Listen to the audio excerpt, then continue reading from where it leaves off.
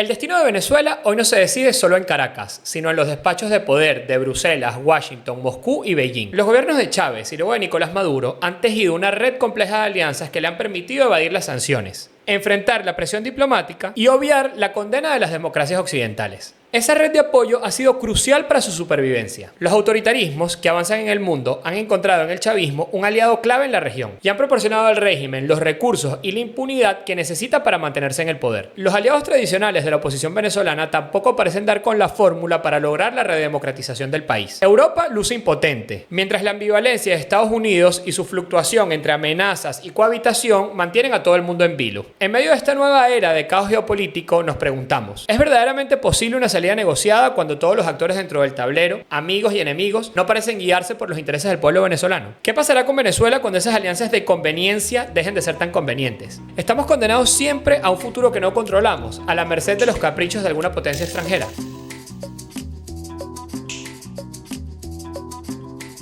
Bienvenidos todos a un nuevo episodio de Posición Incómoda, el podcast de Hacha y Machete.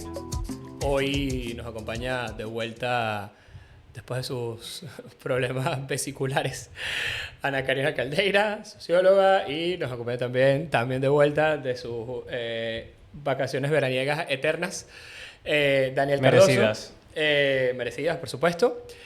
Y pues hoy vamos a empezar a introducir un tema del que hemos venido hablando en las últimas semanas de forma un poco natural y espontánea debido a todo lo que está pasando en el mundo y a toda esta revuelta que hay internacional, no solamente con el propio caso de los buques estadounidenses en el Caribe, sino también con todo este tipo de cosas que están pasando, ¿no? Esto lo estamos grabando hoy, que es sábado 13 de septiembre.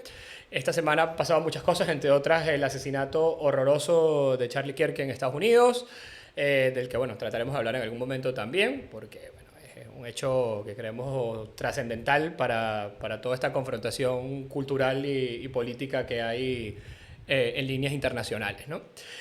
Hoy, justamente, queremos hablar un poco de esto, nosotros hemos querido nombrar un poco este episodio una introducción a la geopolítica del chavismo.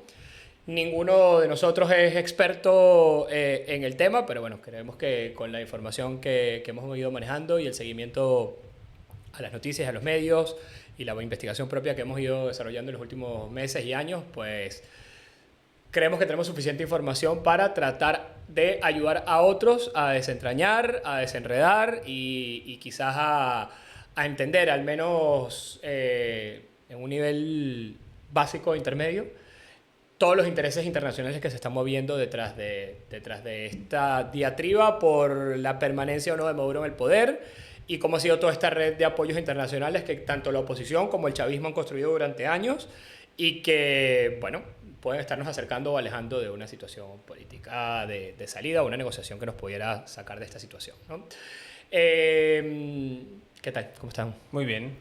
¿Tú? Chévere. ¿Mucho dolor? No, ya nada. Un comentario para empezar. Creo que he visto un par de comentarios recurrentes de que viene el caso, ¿no? De por qué hablamos tanto del contexto, de cómo llegamos aquí, histórico, descriptivo, tal. O sea, ahora entiendo que en este episodio comentaremos sobre la situación actual, pero también es importante, y creo que haremos ese ejercicio ahora, de un recorrido histórico de cómo se llegó a esta situación. O sea, esta flotilla en el Caribe no es un evento consecuencia exclusivamente directa del 28 de julio y quizás ni siquiera está exclusivamente vinculado al 28 de julio, sino que tiene todo un recorrido histórico, una carga histórica que creo que estaría bien que comencemos por ahí. Bueno, cuando planteamos el tema de la política exterior del chavismo, yo recordé que yo hice una maestría en gobierno en Argentina y claro, ya yo en ese momento obviamente decía quién más va a seguir apoyando el chavismo en este momento, ¿no? Y cuando yo estaba en el aula y yo dije algo contra Chávez, obviamente era una facultad de ciencias sociales, muy de izquierda y tal, me salieron todos me cayeron encima, pues. Y uno de ellos dijo, tú no sabes lo que Chávez nos ayudó a nosotros en la deuda del 2000, o sea, que compró los bonos y tal. Y yo dije, mierda, o sea, hay una política exterior que se hizo, porque a veces nosotros que evaluamos políticas hacia adentro y desde nuestra perspectiva como opositores y no vemos cómo el mundo vio el chavismo también en algún momento y en Argentina estaban muy agradecidos con Chávez por haberlos ayudado en esa crisis financiera. Entonces, ese trabajo que hizo el chavismo, y también, bueno, en ese momento era la ola rosa, la llamada ola rosa en Roja. No era rosa, en Latinoamérica. Creo que roja, pero bueno. Creo que era rosa. Bueno, en Latinoamérica, que estaba Lula, que estaba la Kirchner, que estaba Evo, o sea, que... Creo que era roja, sí, pero sí. Yo creo que era rosa. Bueno, después fact-chequeamos. Después se volvió roja con el chavismo. No, bueno, y bueno, como crearon esa alianza un poco natural por ser de izquierda y que de alguna forma definió en algún momento la política latinoamericana, sobre todo en contraposición a Estados Unidos, y que, bueno, tuvo diversos partos de organizaciones como UNASUR, ALCA, tal. El Foro de Sao Paulo. El Foro de Sao Paulo. Me acabas de desbloquear un recuerdo que no era una facultad de ciencias sociales. Yo cuando viví en Emiratos Árabes Unidos, en Dubái concretamente. Otro presupuesto. ¿Otro qué? Otro presupuesto. Bueno, pero era por trabajo. Era un trabajador más. Él trabajaba azafato, porque parece que tengo un misterio, era azafato de vuelo, o sea, ya está. Coño, pero podía haber el misterio de que hacía. Sí, ahí en suspenso, banking y vaina, no. Me pasaba mucho que cuando me subí el taxi, sobre todo al principio, 2014, 2015 estoy hablando, claro, había pasado 1 año y medio, 2 de la muerte de Chávez. Cuando me subí el taxi, que te buscaban conversación y tal, los taxistas la mayoría son hiper explotados y todos son de procedencia Bangladesh, Pakistán y Nepal. Y cuando decía que era de Venezuela, así como hacen con Argentina Messi, su asociación era Venezuela-Chávez. Era brutal. O sea, en muchísimos sitios, capaz los tipos ni siquiera sabían poner en el mapa dónde estaba Venezuela, pero te asociaban a Venezuela con Chávez y como un buen líder, como el tipo que se enfrentaba a los gringos. O sea, para poner también en contexto esa repercusión global, incluso en capas no hiperideologizadas, si se quiere, del ámbito académico o político partidista. Sí. Bueno, yo creo que merece la pena con ese comentario, porque bueno, creo que yo también viví esa experiencia en otros países en América Latina de la misma, ¿no? De montarte en el taxi y que dices, ¿de dónde eres? ¿De Venezuela? Ah, Chávez, Maduro. No deja de ser interesante el nivel de repercusión internacional y el nivel de influencia que estos actores han tenido para, bueno, la comunidad internacional y bueno, o sea, cómo para bien o para mal, sobre todo para mal, han tenido un nivel de influencia muy significativo en la política regional y yo diría global en las últimas 2 décadas, ¿no? Entonces, bueno, para ir entrando un poco en materia, creo que merece la pena un poco hablar sobre ciertas acciones o ciertos pasos dados por el chavismo desde su llegada al poder e incluso desde antes de su llegada al poder. Y creo que ahí hay varios, o sea, se pueden distinguir como 2 etapas muy claras, ¿no? De cómo ha sido la política exterior del chavismo, ¿no? En primer lugar, como durante Chávez y quizás hasta el año 2012 y hasta el 2013 en que Chávez muere, ya igual en esa época ya esta política o esta etapa de la política se estaba empezando a difuminar un poco, pero durante estos primeros 12 o 13 años de chavismo, una política, digamos, como expansionista, digamos, de exportar el modelo de la revolución bolivariana y del socialismo del siglo XXI como constructo ideológico o como alternativa geopolítica para el mundo a otros países, lo decía bien ahora Karina, y bueno, lo comentabas tú también, cómo esto tuvo una repercusión sumamente importante en muchos países del sur global, no solamente en la región, sino fuera de ella. Y ahí creo que merece la pena empezar hablando de todo lo que significó el ALCA, el ALCA también, pero el ALBA como contraposición al ALCA. Para quienes no sepan qué es el ALCA, fue el Tratado de Libre Comercio para las Américas y esta Asociación de Libre Comercio para las Américas, promovida por el gobierno de Estados Unidos como un mecanismo para abrir los mercados de la región a el intercambio, digamos, mucho más favorable a los gringos que el que ya existía previamente, liberando aranceles, etcétera, moviendo la manufactura de las principales empresas americanas, por ejemplo, a México y a otras partes de la región. Y cómo ante esa mirada como globalizadora, neoliberal, etcétera, el chavismo, desde la campaña del 99, que hablaremos de esto también, plantea esta supuesta alternativa bolivariana para las Américas, ¿no? Con una lógica como integradora, como de unificación de criterios políticos dentro de América Latina para tratar de buscar que la región se integrara como un potencial contrapeso a otros bloques regionales como la Unión Europea, como el propio Estados Unidos y como otras organizaciones en el mundo, ¿no? Y de ahí cómo se usó, y quizás hablamos un poco ahora de esto, esta petrochequera, digamos de alguna manera, en el momento cumbre digamos, del incremento de precios del petróleo, primeros años de la década del 2000, sobre todo después del inicio de la guerra en Irak, bueno, para financiar toda esta política internacional y la promoción de espacios más allá del propio ALBA, sino otros espacios de integración como la CELAC, como UNASUR, a la que Venezuela se incorporó, teniendo históricamente unos lazos bastante cuestionables con estos actores más del sur, porque históricamente Venezuela más bien se había integrado en la CAF, más que en la CAF, no solamente en la CAF, sino en toda la Comunidad Andina de Naciones, en la CAN más bien. Y todo lo que fue también CARICOM, que hoy en día quizás ya no tiene tanto peso, pero que durante mucho tiempo le permitió al chavismo tener un bloque, exactamente, un bloque muy significativo, al menos en términos numéricos, de pequeñas naciones, Estados, naciones y excolonias de las grandes potencias en el Caribe, que hasta no hace mucho, pues aplaudían y decían amén a todo lo que el chavismo decía en la región, ¿no? Entonces no sé si queremos comentar un poco sobre esto. Bueno, creo que un comentario antes con lo que dijiste del ALCA y el TLC, es paradójico que, hablando de Trump, ¿no?, y la actualidad, es paradójico que Make America Great Again no significa volver a esa época de fronteras abiertas y libre circulación de mercancías, sino aranceles duros.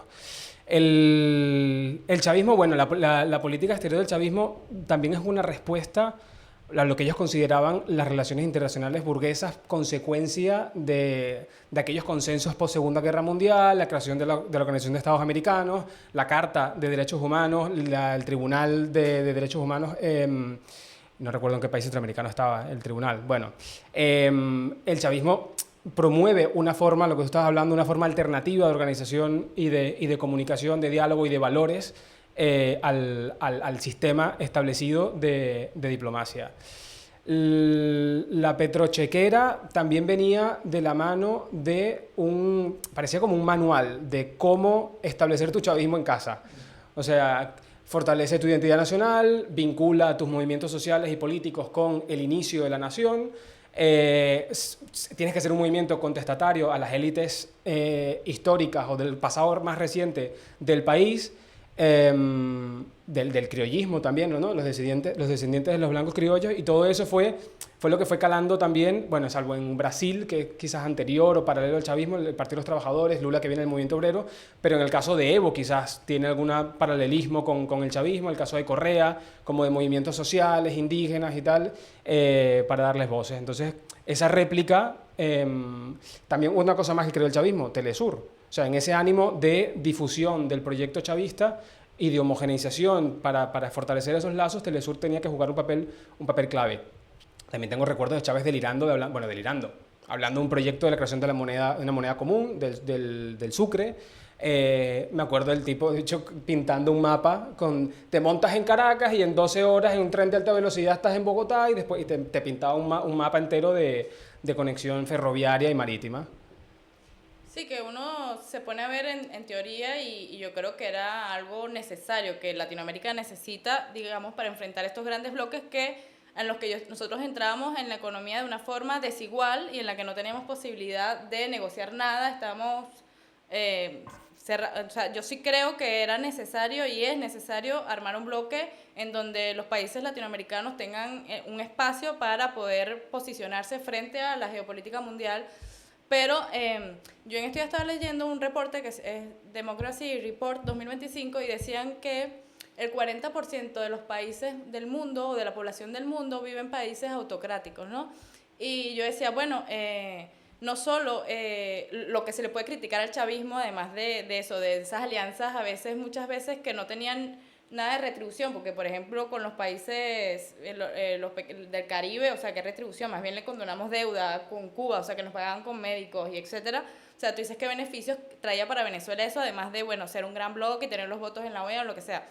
Pero lo que quería aquí resaltar que también ese ánimo de unirse también creó como una cuerda de unión de esos países autócratas del mundo, como Rusia, etcétera, y que yo creo que eso es lo que más se le puede criticar, porque no era una intención clara de formar un bloque para poder negociar hacia afuera, sino pareciese antioccidental contra Estados Unidos y que al final no no hubo un cambio, o sea, no hubo una representación real de crear una moneda, no moneda, pero una unión para la economía, para tal, sino que me pareció muy hueco y era como un discursivo más que económico. Yo ahí, o sea, resumiría esto para también no alargar toda esta parte de contextualización inicial demasiado, pero creo que hay como una serie de factores comunes o de líneas claras estratégicas que el chavismo trazó y que creo que le funcionaron perfectamente bien, ¿no? Por un lado, una cosa que también han aplicado internamente dentro del país, que es la creación de una institucionalidad paralela, ¿sí? Ante el ALCA yo tengo el ALBA, ante la OEA yo tengo otras organizaciones de integración regional, ante las grandes cadenas de medios estadounidenses y medios privados yo tengo entonces BTV completamente controlado o tengo un proyecto como Telesur, que además no olvidemos que Telesur simplemente es una copia del Carbón porque además comparten mucha programación de RT, que es el medio de propaganda oficial del gobierno ruso y de Vladimir Putin, ¿no? Esta creación de una institucionalidad paralela le da al chavismo además ser los promotores principales de esta institucionalidad paralela y de la creación de estos nuevos espacios como CARICOM, etcétera, le da al chavismo un potencial de influencia económica muy importante, que además viene acompañado por, y que no lo hemos nombrado hasta ahora, por el rol, lo mencionó solamente Ana Karina, el rol de Cuba en todo esto, ¿vale? Nosotros, o bueno, yo al menos, no sé qué opinan ustedes, pero dentro de la oposición venezolana siempre ha habido como esta idea o esta tesis de que el gobierno venezolano se sostiene gracias a Cuba y de que si cae Cuba caerá el gobierno de Maduro. Yo pienso que un poco más bien es al revés, es decir, Fidel entendió perfectamente que en Chávez tenía la gallina de los huevos de oro que podía garantizarle a Cuba una estabilidad económica y un potencial de desarrollo económico que había perdido completamente con la desaparición de la Unión Soviética y con todo el desastre del periodo de emergencia especial y de lo que llaman todo lo que fue el desastre económico, el colapso de servicios públicos y de la economía cubana durante los años 90, y ve en Chávez el potencial camino a volver a tener cierta estabilidad del régimen y cierta viabilidad económica hacia el futuro. De hecho, la lograron porque siguen en el poder, ¿no? Pero no desdeñar cómo Chávez fue sumamente hábil en acercarse a Fidel, fundamentalmente para la guía de Fidel y de la Revolución Cubana, que nos guste o no nos guste, es un hecho absolutamente clarísimo que tuvo un nivel de impacto y de relevancia cultural enorme en el mundo, y muchas de las fórmulas que la Revolución Cubana utilizó para internacionalizarse y para, digamos, expandir su área de influencia o crear una red política suficientemente amplia para defender sus intereses internacionalmente, pues las heredó Chávez y las heredó el chavismo. Por ejemplo, Cuba apoyó durante los años 60 todos los movimientos de liberación nacional en África. Cuba mandó soldados a pelear en Angola. Cuba mandó médicos a todas partes del mundo con este programa, que luego también lo utilizaron en Venezuela para hacer propaganda con esto. Entonces, bueno, todo eso que he comentado creo que además se suma a este factor que también acabas tú también de incorporar, que es, vale, en aquellos países donde no tenemos gobiernos amigos, en aquellos países donde no tenemos organizaciones políticas amigas, pues siempre podemos también influir o siempre podemos también incidir a través de movimientos sociales independientes, gremios, sindicatos, etc. Y el chavismo procuró convertirse en una especie, antes de entrar en esta lógica de la que estamos hablando ahora, de la unión de los autócratas, ¿no? Pero antes de eso, el chavismo trató de convertirse como en una especie de polo paraguas de todas las causas disidentes del mundo, ¿vale? Independientemente de la afinidad ideológica o no entre el proyecto socialista de Chávez y lo que algunos de estos sectores podían representar. Entonces, bueno, si existía un movimiento disidente en Estados Unidos de la izquierda que está fuera del Partido Demócrata y que son un movimiento marginal, pero que algo de ruido hacen, pues bueno, ahí va nuestro financiamiento. Incluso hemos visto cosas como el chavismo financiando o teniendo relaciones con cosas como Black Lives Matter, porque es la forma también de seguir incidiendo en la política interna de Estados Unidos, aunque sea levemente. O, por ejemplo, el apoyo irrestricto de Chávez a la causa palestina en su momento, que, bueno, con el tiempo lamentablemente ha demostrado ser absolutamente claro que que lo que estaba haciendo Israel en Palestina era un desastre, ¿no?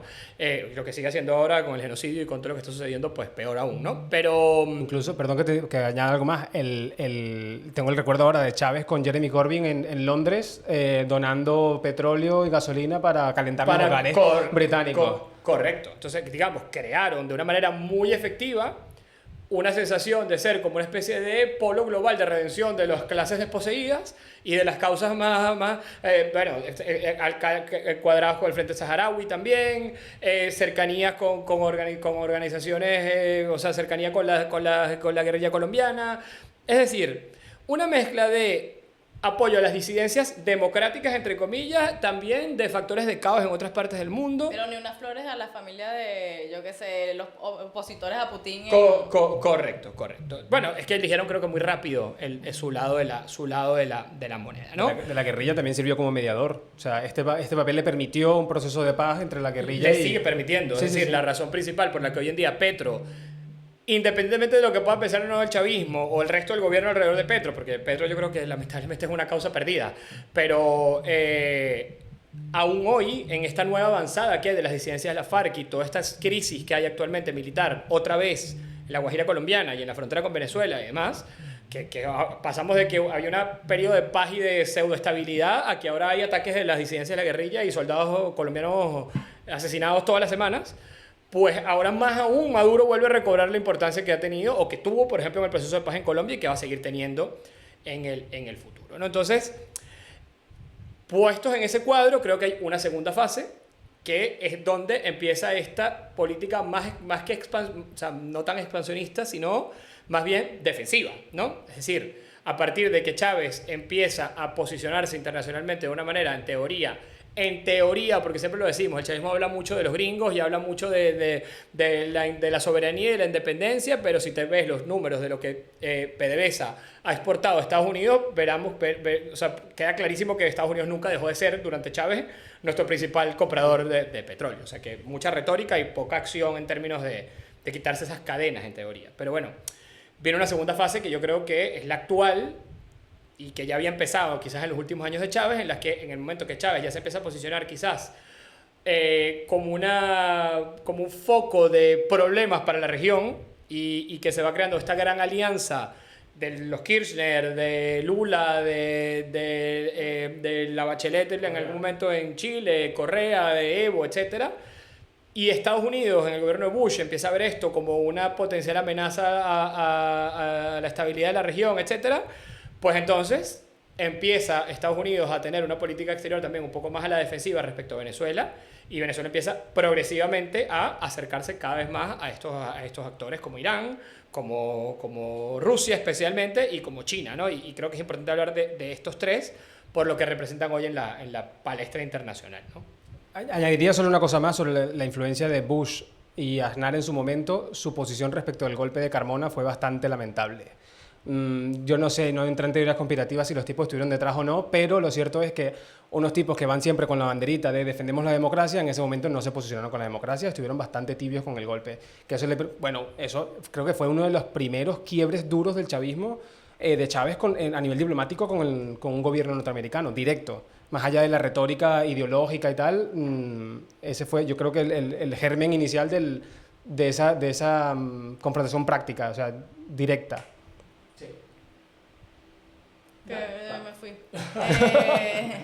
Porque es que estamos hablando de la geopolítica. Bueno, que yo no sé si viene el caso, ya me fui donde íbamos, pero que sí, que la geopolítica se dirigió más hacia Rusia, China y esas alianzas de repente con los que estaban haciéndole frente a la organización unipolar del mundo de Estados Unidos, y que al final también tienen su propio banco con los BRICS, que tienen el nuevo Banco de Desarrollo y tal, y que se creó para una infraestructura geopolítica paralela e informal, pero también una formal, como los bloques estos que se han organizado en contra, digamos, a las democracias occidentales, que sabemos que también, por ejemplo, Rusia para su ayuda o China para su ayuda no está viendo si un gobierno es democrático o no. Igual Estados Unidos, que se vanagloria de eso, también en algunos casos tampoco es que lo mira.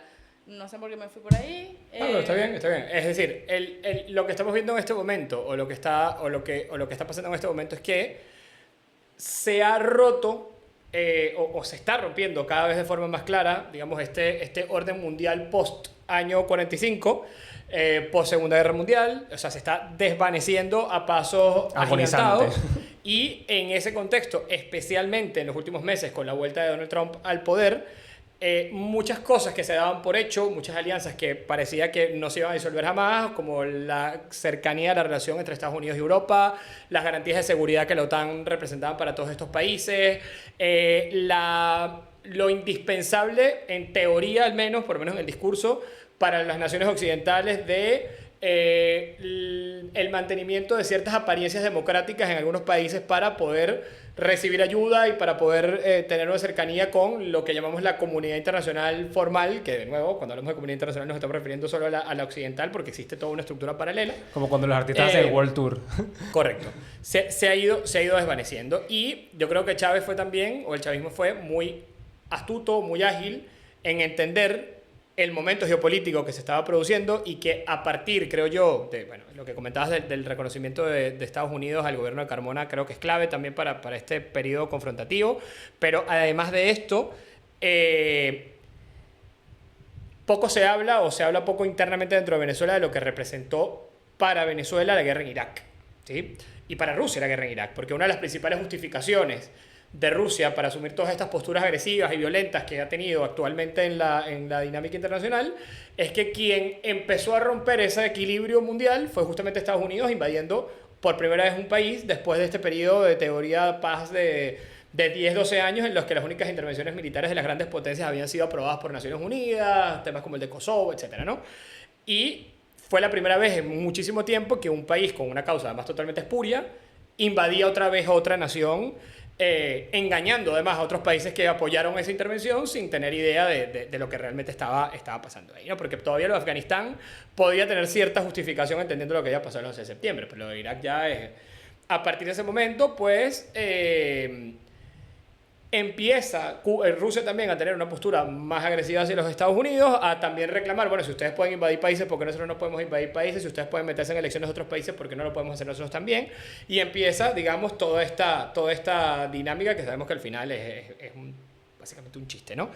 Pero el chavismo, entendiendo que entrar en el sistema formal internacional o en esta comunidad internacional occidental de las democracias liberales le implicaba una serie de cotos a su forma de ejercer el poder o una estructura democrática mínima, pues empiezan a entender que tienen que buscar sus recursos y garantía en otros aliados y empieza este acercamiento con estos actores, como digo, como China, como Irán, como Rusia, como Bielorrusia también, y bueno, se empiezan a poner en práctica un montón de proyectos de inversión en el país.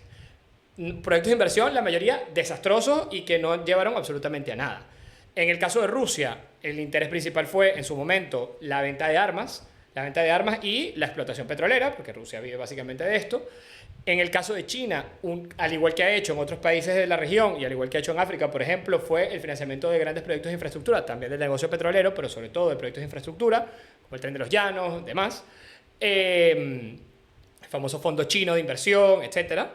Bueno, la presencia de Huawei en el país, un montón de ejemplos que puede haber. Y en el caso de Irán, pues colaboraciones estratégicas en el sector petrolero, pero también en cosas como también algunas cosas de industria militar, ensamblaje de carros que le regalaban a los militares, etcétera, etcétera. Entonces, bueno, se empezaron a sentar las bases para esta etapa actual en la que estamos, que es, bueno, en el momento que ya nos salimos directamente del orden democrático, pues en el momento que Estados Unidos nos sanciona o en el momento que se nos cierran las puertas del mercado occidental, entre comillas, porque ahí está Chevron sacando petróleo en Venezuela, pues ya tenemos a quién recurrir, ¿no? Entonces creo que sería interesante describir un poco cómo estos actores están ayudando a Venezuela a evadir sanciones y poco que pasemos ya a comentar en el contexto actual qué busca cada uno de estos países sobre Venezuela en un momento que ya Venezuela está básicamente arruinada.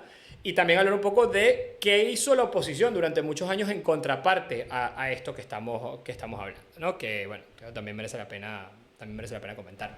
Justo por ahí iba a comentar yo el tema del rol de la oposición, que quizás la memoria me falla, pero porque siempre cuando lees de historia geopolítica te vas a los intercambios oficiales, casi siempre. Y en el caso de la oposición, es que no me viene a la cabeza ni siquiera un coqueteo discursivo hacia China, hacia Rusia. Bien que son autocracias, ¿vale? Pero en tema de apoyos geopolíticos, tú necesitas un apoyo fáctico. Y no podía, o sea, la estrategia de la oposición, que se ha demostrado ineficiente, o sea, quizás correcta, pero ineficiente respecto a las alianzas que necesitaba, se circunscribió exclusivamente a las democracias occidentales. Y a día de hoy, de nuevo, a mí no me consta algún tipo, hoy en día no, porque están todos los puentes rotos y el chavismo consiguió monopolizar esas alianzas, pero en esa fase inicial del chavismo era, bueno, casi... Me acuerdo de protestas contra Mahmoud Ahmadinejad en su visita a Caracas, que yo creo que, de nuevo, era coherente, pero a la vez estabas comprometiendo o limitando tu capacidad de alianzas futuras geopolíticas que eventualmente podrías utilizar contra el chavismo, porque podría ser un socio alternativo al chavismo. Estas potencias se dieron cuenta que el único interlocutor que les permitiría garantizar su presencia en Latinoamérica con los intereses económicos, petroleros y financieros que podía haber en Venezuela, incluso la posición geográfica que estuviese allí, como lo fue Cuba para la Unión Soviética en su momento, salvando las distancias evidentemente, no se dio, no se pudo dar porque no existía ese diálogo. O sea, el único interlocutor válido para la oposición venezolana siempre fue y sigue siendo Estados Unidos, Unión Europea y los países democráticos de América Latina. Y creo que esta lógica de cierta manera se replica o se evidencia también en el poco entendimiento que ha habido quizás con Lula, que es un gobierno democrático, con Petro, que es un gobierno democrático, en el que siento que, o sea, mi percepción es que van en frecuencias diferentes. O sea, no ha habido una mesa, de la posición mainstream, ¿no? La que ha controlado el relato oficial duro durante los últimos 15, 20 años. No ha habido un entendimiento de tú a tú con estos otros actores que el chavismo logró monopolizar y que luego, bueno, en el caso más emblemático que siempre sale es el caso de Chile, que dentro del mismo partido o de la izquierda lograron distanciarse y conseguir un canal con la oposición. No, bueno, sí, yo creo que la oposición también desaprovechó un espacio, o sea, esa construcción de una unión latinoamericana frente a Norteamérica, etcétera, que al final tienen espacios, organismos para dirimir, o sea, porque yo veo que Petro, Lula, de repente dicen, no, que el intervencionismo estadounidense y tal, pero cuando tú tienes esas oportunidades de en la OEA, en la ONU, votar a favor de resoluciones que podrían ayudar al conflicto interno de Venezuela sin una injerencia literal de Estados Unidos, o te abstienes o te vas. Entonces yo creo que la oposición dejó ese bloque latinoamericano a un lado, y el bloque latinoamericano también se deshizo de una responsabilidad que yo creo que es histórica, porque a los que más digamos les conviene que haya un cambio político en Venezuela es las regiones, o sea, la región suramericana, donde le llegan miles de inmigrantes, en donde tienen problemas graves con la delincuencia, etcétera, que les ayudaría más, digamos, a hacer una alianza con una oposición venezolana que garantice una estabilidad, y los opositores venezolanos no han volteado hacia atrás, sino siempre el norte buscando un apoyo para lo que sucede en Venezuela. Yo creo que la oposición ha tenido varios problemas, ¿no? El primero, que evidentemente no se puede negar, que es primero la desigualdad de condiciones, evidentemente, para actuar, ¿no? Que siempre es importante decirlo, pero el chavismo ha usado de manera discrecional y de manera masiva los recursos del Estado para poder financiar toda esta actividad política internacional, y la oposición de vaina se puede mantener y actuar dentro del país, ¿no? Entonces, bueno, partiendo de ese principio, sí creo que hemos sido poco hábiles en poder determinar o poder aprovechar potenciales relaciones con actores, primero con actores no estatales, como lo ha hecho el chavismo. Es decir, incluso en aquellos países donde tú no tienes al gobierno respaldando la acción de la oposición, pues todas las sociedades son diversas y son variopintas, y el chavismo se lo ha entendido. El chavismo entendió, por ejemplo, en Estados Unidos, o entendió en Francia, o entendió en Europa, que aunque los países de la Unión Europea estuviesen, por lo menos en la teoría, posicionados en contra del proyecto chavista, existían actores dentro de esas sociedades a los cuales les podían llegar y que podían representar una corriente política interna dentro de esos países de solidaridad con la causa chavista. Y la impulsaron y la empujaron fuertemente, ¿no? Entonces, por eso te digo, es decir, estaba a lo mejor, como dices tú, Jeremy Corbyn en Inglaterra, el Partido Laborista en la oposición, o los factores más radicales del Partido Laborista en la oposición, y Chávez contactaba con ellos, ¿entiendes? Otra cosa, el chavismo también ha sido muy hábil, cosa que no ha sido la oposición, en hablar con todos. Entonces, pongo el ejemplo de Brasil porque es interesante. Lula se declara un presidente absolutamente de la izquierda, absolutamente opuesto a la injerencia de Estados Unidos en la región, pero cada vez que se tiene que sentar con los gringos, se sienta con los gringos y se sienta con los gringos tranquilamente. Y los gringos de la misma manera se sientan con los chinos y se tienen que sentar con los chinos y se sientan con quien sea. La oposición ha cometido el error, creo yo, de que en su manera de gestionar las relaciones internacionales ha caído en la trampa de replicar la polarización ideológica interna del país y solo hablar con aquellos factores que consideran ultra puros y ultra alineados con una especie de pureza ideológica que además ni siquiera existe dentro de la propia oposición. Es decir, ¿quién decidió que en Colombia solamente podemos hablar con el uribismo? ¿Y quién decidió que en España solamente se puede hablar con el PP y con Vox? O sea, lo decidieron unas cabezas de la oposición que tienen una postura política determinada, pero que al final la oposición es como hemos dicho muchas veces, un círculo variopinto que debería tener posibilidad, precisamente por lo variopinto que es, de interactuar con otras fuerzas políticas y construir apoyo dentro de esos países, aunque los gobiernos de esos países no estén necesariamente alineados con la oposición.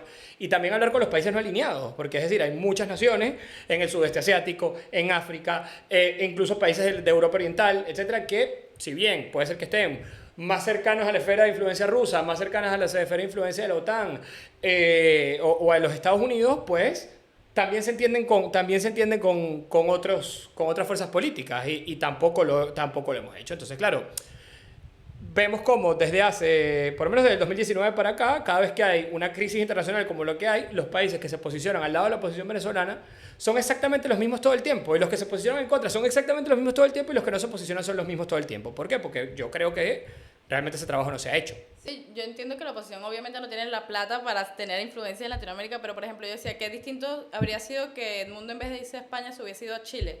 Por ejemplo. Y que, coño, que tú puedas desde ahí, o sea, no es lo mismo que un Edmundo esté hablando siempre con Estados Unidos o con un bloque europeo a que esté en Chile y que Rusia o China vean que no tenga a su principal oponente, que es Norteamérica, como negociador, sino desde Latinoamérica, o sea, yo veía ese espacio como una forma. Ya sé que nadie de Latinoamérica se va a poner en contra de Rusia o China porque nosotros somos dependientes de todos estos países y no son una potencia, pero yo creo que enfrentarnos como bloque desde Latinoamérica hubiese sido una puerta más para negociar otras cosas. Acabas de decir una cosa que es clave, y es el rol de quiénes son los potenciales interlocutores de una mediación o una negociación, si lo que estamos tratando de buscar es que esta gente entregue el poder por las buenas, por las malas o como sea. Y es tan importante el rol de los negociadores que pongo un ejemplo de quiénes son los negociadores y cuál es la credibilidad que tengan ante ambas partes, que voy a poner un ejemplo súper puntual de algo que acaba de pasar esta semana. Jamás Israel tienen ya desde octubre de 2022, 2023, en teoría, negociación permanente que ya ha durado 2 años, que bueno, que Israel sabemos que se le ha cargado 70 veces la negociación, pero que ha ido evolucionando para bien o para mal gracias a la intervención de actores independientes que tanto Hamas como Israel pueden aceptar. En este caso ha sido principalmente Egipto y Qatar. ¿Por qué? Porque evidentemente la presencia de un país como Qatar, que reconoce el Estado de Israel, pero que entiende también la necesidad del Estado de Palestina de existir y que tiene puentes con Hamas y que le garantiza a Hamas, le da a Hamas a través de Estados Unidos también, porque es aliado de Estados Unidos en el ámbito petrolero, una posibilidad de tener un espacio neutro de negociación en el que las vidas de los negociadores están protegidas y demás, abre ese espacio de interlocución que eventualmente puede llegar a generar una salida política a la situación, ¿no? Porque al final, en términos muy, muy simplistas y prácticos, se supone que lo que quiere Israel de las negociaciones es que liberen a los rehenes, y jamás lo que quiere es que Israel le devuelva su derecho a existir en Gaza y en Cisjordania y que el Estado de Palestina sea reconocido. Pero bueno, en fin, el punto es que es tan poderoso la posibilidad o juega tan a favor de una posible negociación que hay un interlocutor válido donde se puedan reunir, donde puedan hablar, etcétera, que es lo que hace Israel ahora cuando ya no le quedan más argumentos para negociar y para negarse a una negociación, atacar Qatar. Después de que tenía un acuerdo implícito tanto con los gringos, con Hamas, etcétera, de que pasara lo que pasara, a los negociadores de Hamas en Qatar nadie los iba a tocar. O sea, bombardean Qatar. Bombardearon 6 países en una semana. ¿Por qué? Porque es la manera más fácil de implosionar las negociaciones. Entonces, es decir, Estados Unidos entiende perfectamente que en una negociación directa en la que se intervienen ellos hablar con Hamas y ellos a sentarse con Israel es una negociación que no va para ningún lado. ¿Por qué? Porque Hamas no confía en Estados Unidos. E Israel, bueno, confía en Estados Unidos evidentemente, pero es una negociación completamente parcializada. Entonces, en este caso, por ejemplo, el caso de Noruega también es interesante, que de alguna manera llevó a las elecciones a las elecciones del 28 de julio con todas las imperfecciones que eso tuvo. Entonces, cuando decimos que hay que hablar con todos, nos estamos refiriendo justamente a eso. Y uno de los creo que de las misiones que nosotros nos hemos propuesto en H Machete es justamente tratar hasta donde podamos, y así sea a nivel de ciudadano a ciudadano, de abrir el diálogo con aquellos sectores sociales de los países a donde hemos llegado como migrantes que, de nuevo, o sea, tratan de nuestra población migrante replica esa misma lógica o esa misma dinámica con los ciudadanos de los países a los que estamos llegando, ¿no? Retomando lo que acabas de comentar, o siguiendo el hilo, hay un tema que no somos profesores de política exterior ni de relaciones internacionales, pero es evidente con lo que está pasando, sobre todo ahora, que la política internacional cada vez pasa más a ser un intercambio, o sea, el vaso comunicante de intereses. Según qué intereses se vaya moviendo de un lado para otro, se va moviendo la balanza de la presión sobre ciertos temas económicos, políticos, militares o el que sea. Ahora, constatar esa realidad lo que nos llevará, inevitablemente, si queremos ampliar los consensos, es hablar con gente que no nos gusta, que no nos cae bien, que tienen religiones diferentes a las nuestras, que tienen una ideología diferente a la nuestra, un modelo teocrático, monárquico, o sea, de diferentes formas, diferentes estéticas, pero que son necesarios para contrarrestar el peso del madurismo ahora. Incluso hablar con gente que está en otros modelos para preservar el nuestro. También. Sí, no meterte en el epicentro del huracán, aliándote con una fuerza que está en disputa geopolítica en este momento. Ahí yo creo que para ya ir un poco recapitulando, ¿no? Creo que hemos hablado de un par de ideas interesantes, o sea, creo que se ha hecho una introducción muy, muy introductoria. Los que lo quieran fortalecer, los que lo quieran mejorar con sus comentarios, con lo que sea, pues háganlo, porque realmente, como les dijimos al principio, esto simplemente son unas píldoras iniciales como para alguien que está cayéndose de un paracaídas y que no sabe nada de lo que ha pasado en Venezuela en los últimos 25 años, pueda poco ponerse en contexto de lo que ha sucedido, pero bueno, hicimos ya este primer contexto o esta primera aproximación a esa política expansiva del chavismo, luego de cómo esa política expansiva del chavismo pasó a ser una política más defensiva y a una participación cada vez más progresiva de Venezuela en este bloque que nosotros llamamos un poco de las autocracias internacionales, donde lo que priva no es la afinidad ideológica, porque entre la cuasi teocracia ultraconservadora rusa, la teocracia iraní y el Partido Comunista Chino, pues ideológicamente poca afinidad hay, pero en términos prácticos y en términos de intereses para sostenerse entre ellos en el poder y evadir las sanciones y evadir las presiones de las democracias occidentales, pues les basta y les sobra, y Venezuela perfectamente se insertó en esa dinámica porque había ya sembrado las raíces para insertarse en esa dinámica, ¿no? Creo que es importante que hablemos de hoy en día, para terminar, puntualizar de la manera más breve que podamos cómo estos diferentes actores principales que tienen la mano metida en Venezuela o que tienen intereses particulares sobre Venezuela, por qué están interesados, cómo están metiendo la mano y demás. Y yo creo que primero podemos hablar rápidamente del lado de quienes están sosteniendo el gobierno, por qué lo sostienen y qué buscan en la crisis actual o cómo podrían eventualmente abrirse a que la crisis actual se destranque. Y luego hablar un poco de los factores que están apoyando la oposición, donde creo que el tema está un poco más transparente, poniéndole un asterisco a la posición absolutamente desvariante y hasta cierto punto impredecible totalmente del gobierno de Trump, ¿no? Entonces, podemos empezar hablando un poco de los factores que apoyan al gobierno o que tienen posturas ambivalentes al gobierno. Ahí hay Rusia por un lado, China por un lado, aliados menores como Turquía e Irán por otro lado, pero que también tienen peso. Y luego los partidos quizás o los gobiernos de izquierda o de centroizquierda de la región que no terminan de tener una postura clara respecto al chavismo, donde yo meto también al gobierno quizás de España, donde bueno, hay una postura puertas afuera, pero que sabemos que al final no se traduce necesariamente en medidas tan contundentes, ¿no?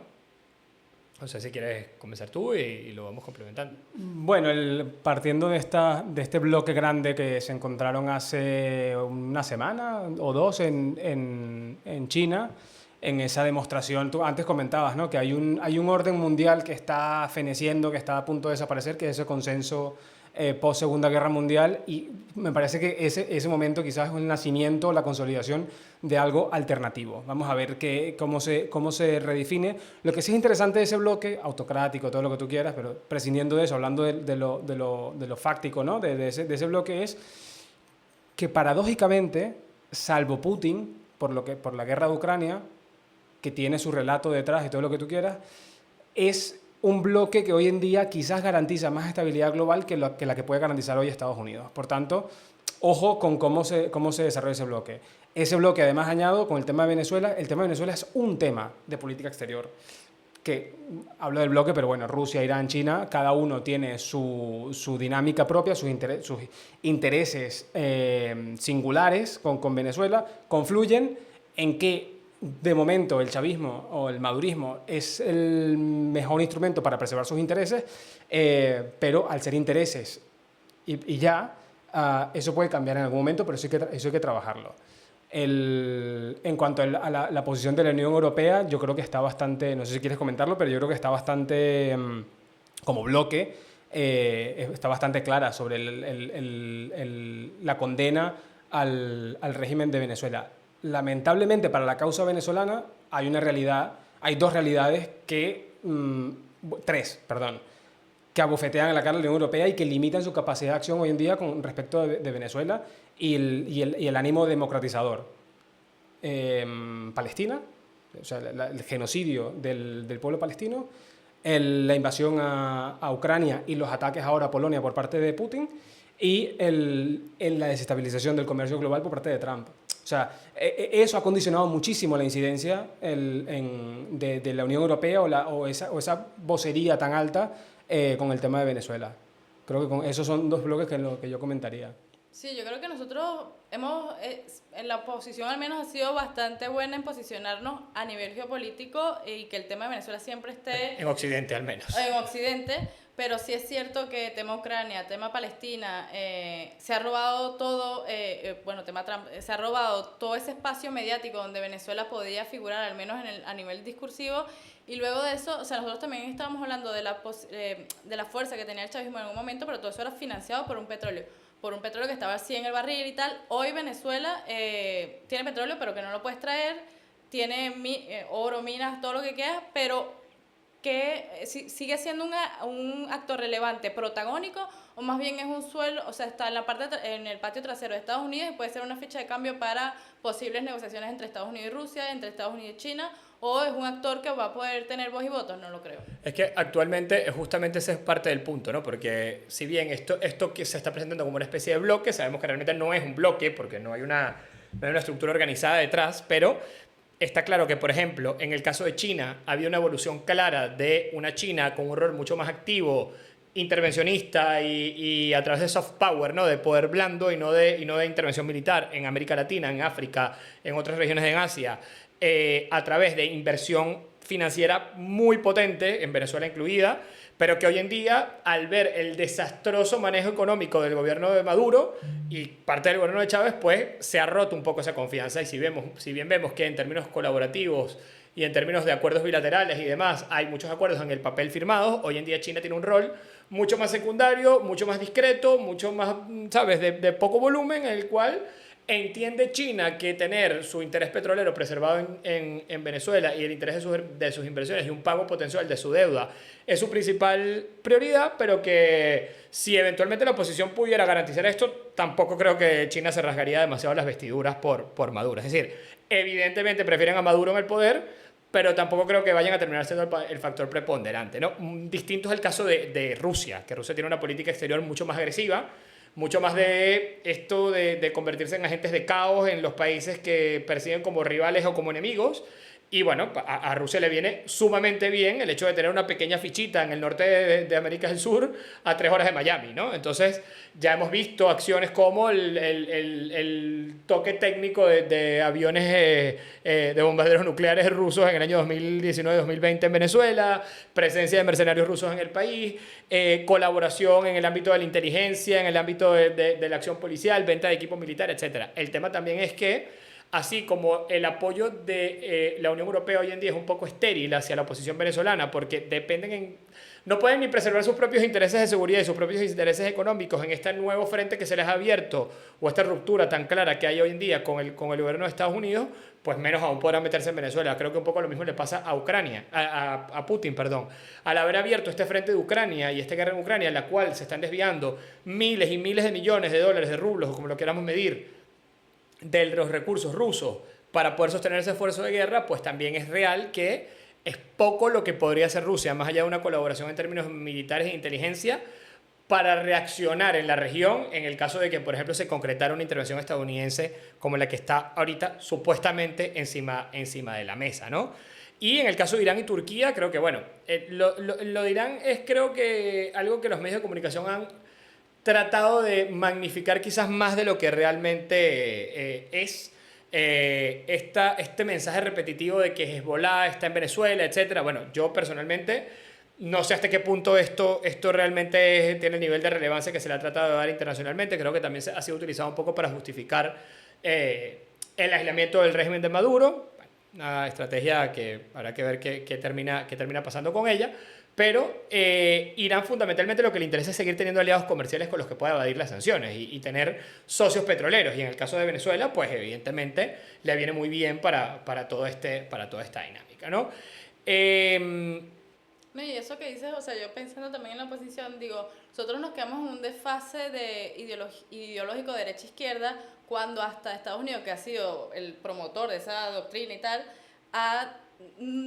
por ejemplo, dice no directamente que Venezuela es una dictadura de izquierda y tal, sino que es un régimen narcotraficante, o sea, correcto. narcoterrorista. O sea, hasta Estados Unidos se ha sacado ese tema ideológico de derecha-izquierda para justificar, digamos, bueno, se lo ha sacado de puertas afuera, ¿no? Pero eso es interesante, porque y cuando hablamos de que es tan importante que el gobierno salga como la forma en la que va a salir, ¿no? La dictadura de Maduro.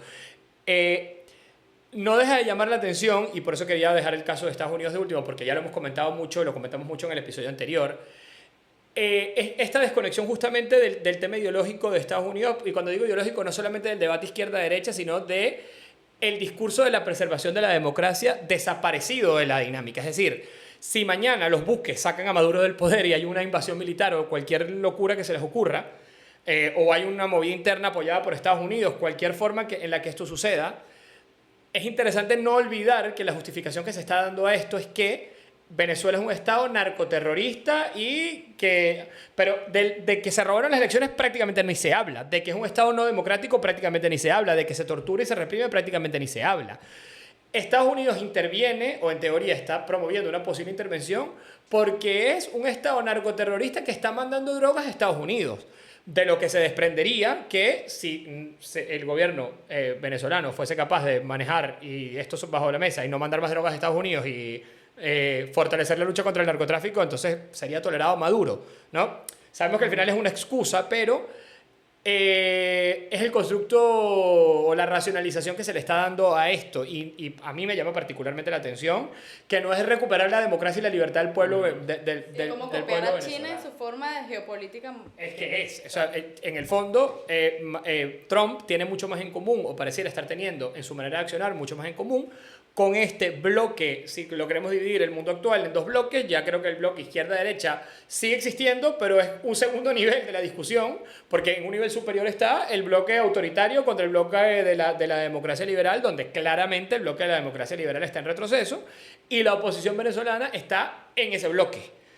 Hasta hace poco se pensaba que ese bloque era el mismo bloque en el que el gobierno de Estados Unidos se iba a mover para siempre. Y todo parece indicar al día de hoy que no es el bloque en el que el gobierno de Estados Unidos se va a seguir moviendo para siempre. Entonces nos fuimos quedando como atrasados en la discusión internacional, pensando que nos van a ayudar porque a la gente le interesa que en Venezuela haya democracia, y yo no sé hasta qué punto de verdad le interesa a los demás países que en Venezuela haya democracia, o le da igual, particularmente a los Estados Unidos, en quienes hemos puesto toda nuestra apuesta para salir del chavismo, ¿no? Para ir cerrando, yo diría que merecería la pena hablar de cómo vemos el futuro, si creemos que es posible o no que Venezuela al día de hoy pueda recuperar no solamente su democracia, sino hasta cierto punto el control de su destino y de su soberanía, y qué tendría que pasar para que esto suceda, ¿no? Y quizás hablar un poco de la comparación entre posibles vías de salida y las consecuencias que tendría para esto, ¿no? Bueno, dos comentarios previos a eso. Uno, muy breve. El hecho de que nos estemos planteando en el 2025 una posible intervención armada, ataque, distancia, lo que sea, de Estados Unidos, habla también de ese cambio de paradigma completamente de los últimos 70 años. O sea, por mucho tiempo se convirtió en un cliché absoluto de que Estados Unidos se acercara a América Latina con aspiraciones militares o a otros países. Y hoy en día se ha normalizado tan rápido la posibilidad de un ataque militar que para el pelo, porque es la ruptura del diálogo entre naciones. Lo segundo también del interés de la política de Trump sobre esta impronta armada bajo la excusa del narcotráfico, fundado o infundado, eso es otro tema.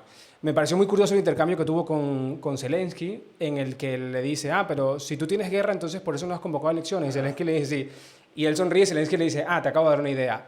Que no sea esto estos ataques selectivos, lo que vaya a hacer Trump, vamos a ver qué pasa, pero que no sea esto una excusa para el tipo no convocar elecciones, porque tengo una guerra abierta, entonces ya no convoco... No solo eso, sino que esto se esté también integrando en su propia política doméstica, ¿no? Esta semana estaba oyendo un podcast muy famoso en Estados Unidos de política interna, donde esto que está pasando con el despliegue de la Guardia Nacional en ciudades donde en teoría hay un incremento del crimen, aunque eso es otra discusión que también parecería que no es real, y el tema de atacar al narcotráfico en su fuente en América Latina, incluyendo el caso de Venezuela, pareciera que va directamente de la mano con el único issue, como llaman los gringos, o sea, el único tema dentro de la discusión política nacional en Estados Unidos en el que hoy en día Trump sigue teniendo una valoración positiva, porque en inmigración está en números net rojos, en economía está en números rojos, en política internacional está en números rojos, pero en seguridad interna se sigue percibiendo como que tiene una postura más beneficiosa para el país que la de los demócratas. Entonces, digamos, también que no sea simplemente un stunt publicitario para mejorar sus números en este ámbito, ¿no? Perdón que te interrumpí. No, y para añadirlo, para volver a retomar el punto que tú decías, el cómo se gesta un cambio de régimen es fundamental para esa soberanía venezolana a la que aspiramos. O sea, yo dudo mucho que, más allá, o sea, hay mucha rabia acumulada y todo el mundo quiere que el chavismo salga, pero el cómo sale es fundamental para el futuro de Venezuela. O sea, porque el escenario más catastrófico podría darse el de Libia, por ejemplo, el de las guerras proxy en el Medio Oriente que se dieron en Siria, ahora parece estar un poco más estabilizada la región, y esos escenarios son en los que en un estado que se resquebraja, en el caso de Venezuela, un estado hiperfragmentado o que en muchos casos no existe una burocracia sólida institucional, que un cambio de cabeza de régimen te permita continuar y replantearte los objetivos de nación, esa transición o ese cambio de régimen tiene que... El cómo es importante. Yo quería, en este caso, alertar sobre la peligrosidad claro, pasar, esto ya no estamos yendo a un superanálisis, yo creo que esto es para un doctorado y tal, pero de abandonar el terreno de la política e ir al económico creyendo que ahí no hay un discurso político y más bien irnos a ese espacio del bien y del mal, ¿no? Que yo creo que lo has dicho tú con lo de el chico Charlie Kirk. Que yo creo que la política tiene que mantenerse, incluso la internacional, mantenerse en fines, digamos, discursivamente políticos, porque el otro es más peligroso. Claro. O sea, y creo que si este bloque, en vez de seguir tratando de ir hacia una geopolítica donde lo democrático pinta algo, irse solo a lo económico y al beneficio de intereses solo de las grandes potencias, yo creo que eso es una deriva muy peligrosa para todas las democracias del mundo. Es decir, si ya cuando había un interés fundamentalmente económico en la intención o en la funcionalidad de la geopolítica de las grandes potencias, pero revestida de cierto discurso político y democratizador y de intereses de los pueblos, etcétera, ya esto sabíamos que generó grandes conflictos y grandes problemas. Imaginemos si se desnuda completamente esa capa, digamos, de discurso político o esa capa de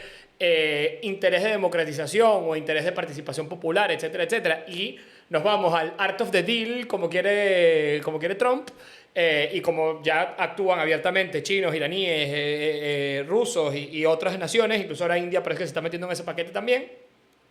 Pues bueno, creo que estamos entrando en una etapa muy peligrosa de la historia mundial, donde lamentablemente a nosotros nos preocupa seriamente que caiga o no el gobierno venezolano, caiga o no Maduro, o se produzca o no una transición en el país, pues terminemos atrapados en nuevos retos y nuevas dificultades que no nos permitan recuperar, digamos, un sistema inclusivo, participativo, democrático y con cierto grado de justicia social, que es a lo que todos estamos al menos aspirando, o por la que creo que la gran mayoría de los venezolanos en algún momento arriesgaron sus vidas, manifestaron, se expresaron y demás. Sería sumamente lamentable que ese sea el escenario. Creo que lo vamos a dejar hasta acá. Un millón de gracias como siempre, Karina, Daniel. De nuevo, como decimos siempre, esto es solamente un abrebocas del tema. De esto podemos hablar durante mucho tiempo. Creo que vamos a seguir incorporando.